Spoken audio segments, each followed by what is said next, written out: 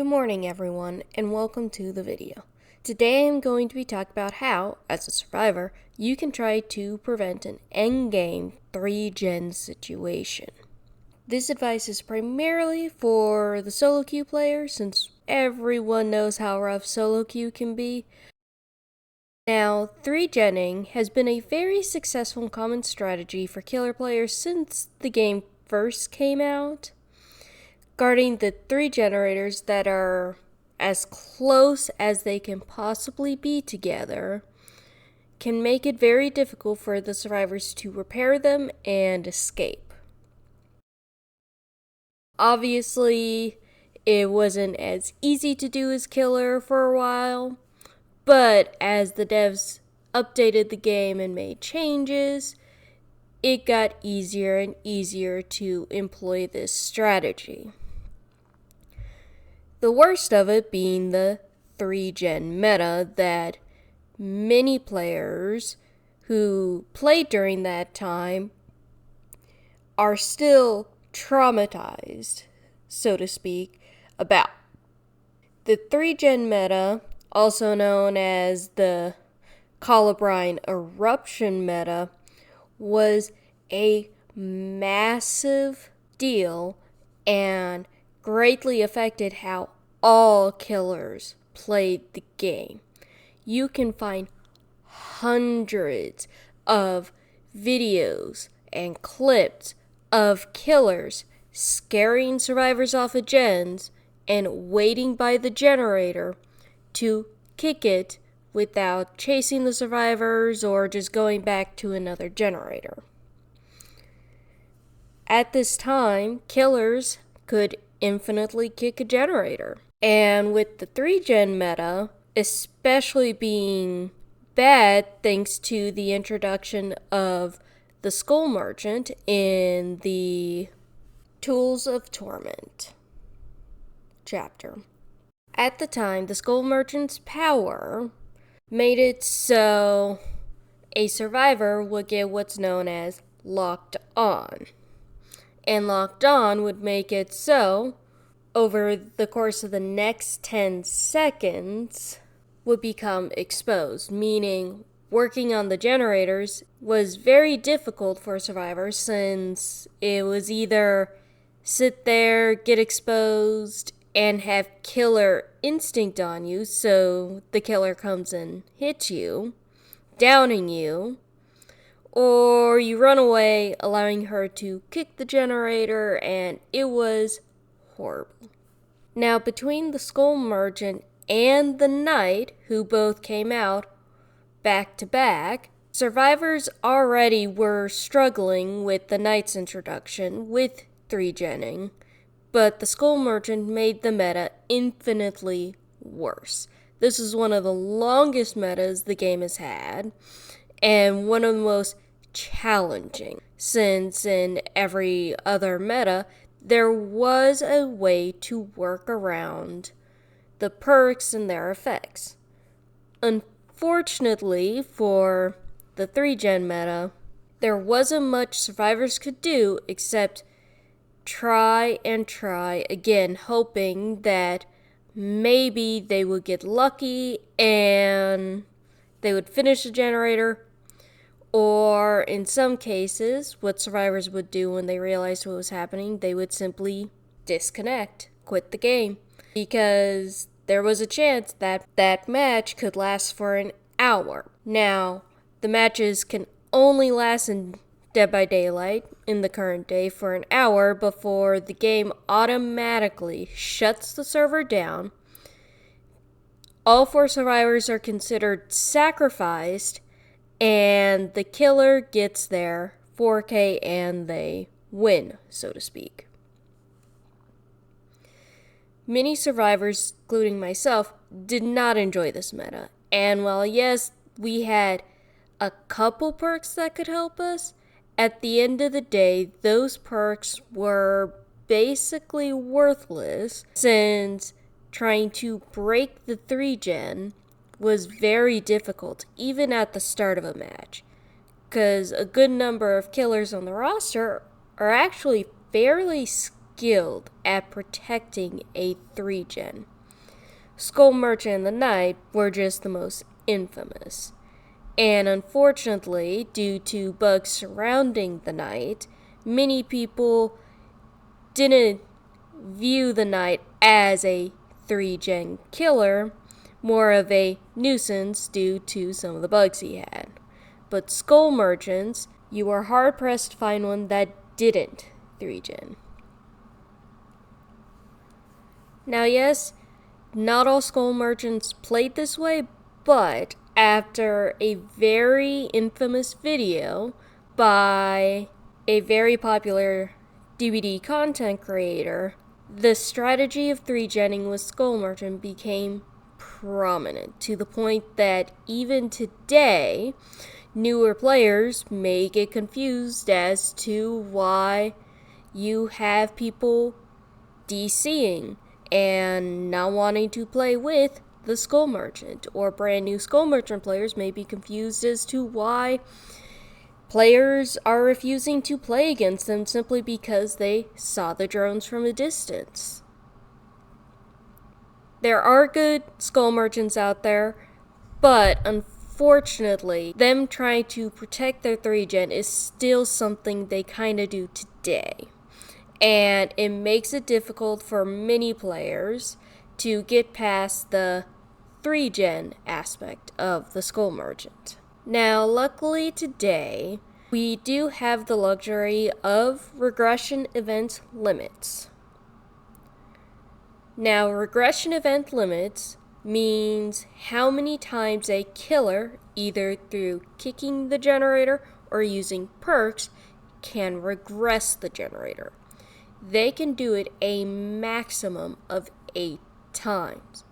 Survivors, on the other hand, messing up skill checks and doing things like that don't have an effect on the regression event limits. It is purely for killers and is something behavior did to help combat the 3-gen meta, in addition to changing some of the perks that were involved, as well as reworking the Skull Merchant and adjusting some killer powers of various killers who were either involved in the meta or just needed a simple update to their power.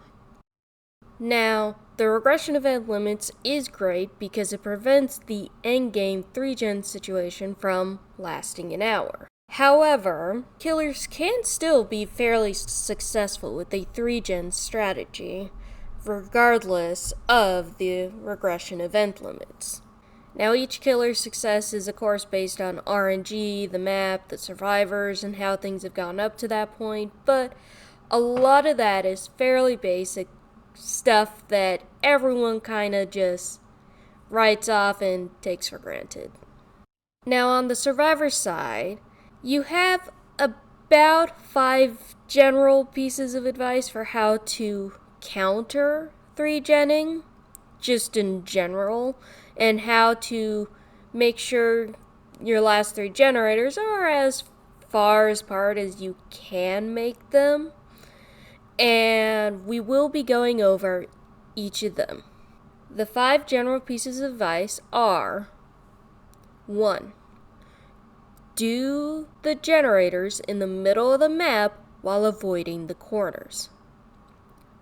2. Do every other generator. 3. Don't do gens on higher/lower elevations, indoor maps excluded. 4. Bring a map. 5. Bring perks.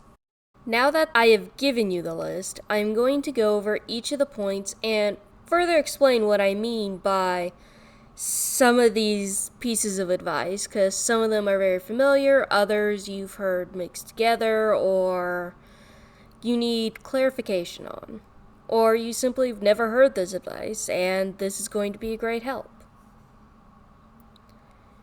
1.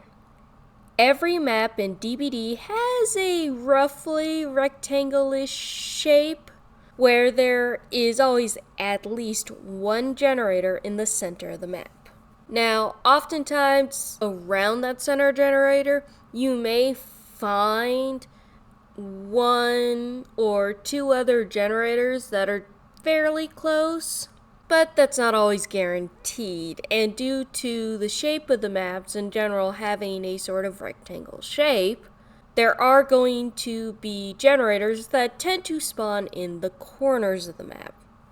Obviously, these generators tend to be the best ones to not touch, because the corners are as far apart as possible, depending on the map shape. And as a survivor, you want to essentially rig your last generator that you have to do, so the killer has to walk or travel very far just to patrol and try and stop you from completing the last generator. Now, obviously, in the corners, things can be a bit difficult since you can have 2 or even 3 generators in a corner, but in that case, the one that is as close to in the corner as possible, you want to not touch, but the ones closest to the very center of the map, you want to get done as soon as possible. Now, obviously, when you first spawn in, you may not know where all the generators are, but your best rule of thumb is to do the gens as close to the center as possible and avoid the corners. That's why this piece of advice is very important. 2. Now, continuing with that, if 2 generators are not exactly too different how far from the center they are, but you're able to tell, hey, they're fairly close, and you do one of them, do not touch that other one. Skip that generator and move on to another one. Now, obviously, if the killer happens to find you and you go into chase, this advice can be a bit harder since you don't really know where generators have been done at, and depending on the map, especially if you don't really know the map well, you can get kind of lost and not realize where you are. But at bare minimum, always remember, skip a generator after you complete one and just move on to the next one. Now, obviously, on the indoor maps, this is a little bit weird since you have upstairs and downstairs. But in those cases, try and make sure that you have at least one generator upstairs and one generator downstairs that need to be completed. Now, for the third generator, depending on your map and the generator spawns, you can have that third generator either be upstairs or downstairs. It doesn't really matter. What matters is making sure the gens are as far apart as they can be, and that the killer, and even you as a survivor, have to do a lot of work just to get to said generators. 3. Elevation is something that doesn't apply to indoor maps purely because your indoor maps have multiple floors, but the outdoor maps or the hybrid maps where you have an indoor and outdoor section are where the elevation advice applies. Now, when you hear elevation, you may think of something like the swamp maps, or maps that have hills on them, or divots in the ground where a generator can spawn. And those are the maps we are going to be talking about for this advice. Now, generators in these weird spots where it takes a bit of work to get to them, whether you have to go down a set of stairs into a downstairs area of a building to do a generator, you have to go upstairs on the top of a hill. Those generators, because they take work for you as a survivor to get there, means that the killer has to do the same thing. Now, obviously, for the nurse, this is a bit easier for her, but even still, you can primarily refer to the first two pieces of advice and use that as more of a strategy for her. But elevation for killers like Trapper, Michael Myers, Skull Merchant, all of them have to physically walk up those stairs or down the stairs or up the hill just to get to the generator. Now, in general, so long as your map RNG is set up well, you want to not do these odd generators that are on top of hills, at the top of buildings, in the basement of buildings, because, again, it takes work. Now, yes, being chased away from these generators can be annoying, and obviously they tend to be some of the safest generators to do because most killers are going to ignore these generators because, well, it's one place they don't have to go and they can focus on the generators that they don't have to work as hard to get to. But with this, the primary thing you need to keep in mind is what map you're on and who your killer is. Learning maps can be very difficult, and I understand. There are a number of maps where you do have these weird elevation things where you'll have one or more generators not sitting at the same level or plane as the others. And obviously these odd generators, especially if you're newer, are safe to do. You're not near the killer. But being bold and doing some of these tougher generators and saving these more difficult ones can really help you in the long run in not only learning how to better counter the killers in chase and just in general, but it will also better increase your map knowledge so you're not just stuck in one corner of the map that you know super well, but you're scared of the rest of the map because you don't know it. 4. Now, in reference to bring a map, this advice refers to the item of the map, not a map offering. Now, obviously, many players don't like the idea of using a map because they'd rather have a medkit, flashlight, or even a toolbox. Now, obviously, wanting to bring those items makes sense, and bringing any item isn't a bad thing. Unfortunately, with the map item, their use and how helpful they can be is very dependent on not only your map, which of the map items you use, but your add-ons and a whole bunch of other things. Now, obviously, there are people who use maps because it's memey and funny, especially the Nick Cage players. But beyond that, unfortunately, no matter the rarity of your map, while yes, they are able to, by default, track at least one generator, unfortunately, they only have 20 charges or 20 seconds of use. And the only way to increase that is with two very specific add-ons, and even then you only get 31.25 seconds of use. Now, due to the fact that not everyone wants to bring a map, and the fact that maps can be very limited and they do heavily rely on you using either perks or physically walking around yourself to go to different generators or using another add-on to track all the generators, it is very difficult to get value out of maps. So instead of maps, many people prefer just the other general advice or using perks. 5. In Dead by Daylight, there are many helpful generator perks on the survivor side. If you go on the wiki, you can see the huge list of survivor generator perks.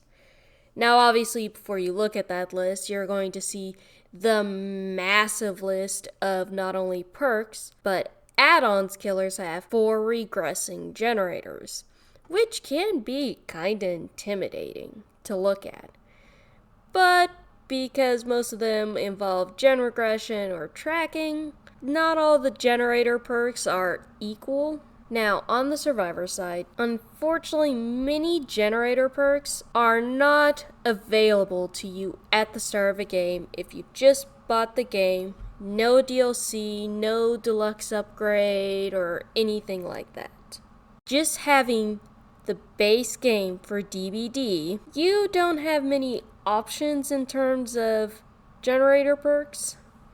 You have, depending on what platform you're using, a few perks you can use, but the majority of them are about progressing generators with only one perk that actually has the job of locating and breaking the 3-gen. But for the rest of the generator perks, they tend to come in a few different varieties in how they work and what they do, but a majority of them are either behind some sort of paywall, or if you're lucky, you can maybe find it in the Shrine of Secrets. Now, the Shrine of Secrets is debatable on whether or not it is actually helpful to get all these perks that you don't have. However, the Shrine of Secrets will never have every single perk in it. There are plenty of perks from years ago that have never once shown up. And you can find statistics on this either by talking to some content creators who have talked about the Shrine of Secrets, as well as looking at places like the DBD Wiki, because they do actually keep track of that. Now, with the Survivor Generator perks, unfortunately, you have the perks generated in one of two groups: licensed and unlicensed, or original.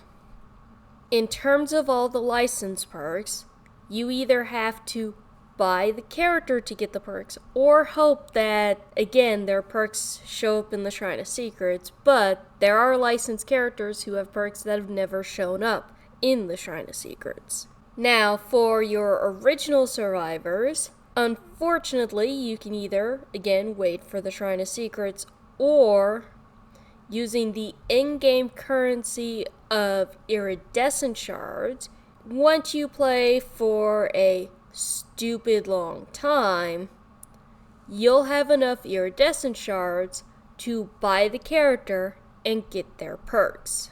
Mint Skull here on YouTube actually has a couple videos going over DBD's monetization and how insane it is, and how things like the Shrine of Secrets works, and how easy it is for a brand new player to get all of the survivors, all the killers, and just getting perks in general. Right now, I would like to talk about the one perk that everyone has access to that can not only locate and break the 3-gen early, but is what's known as a general perk. So it's not attached to any survivor, so any survivor you have can get it from the start without having to level up anyone else, and is a great perk that even I run to this day, and I have over 2,000 hours in DBD. And that perk is Deja Vu. Deja Vu allows you to see the auras of 3 generators that are in a very close proximity to each other, so as close as they can be.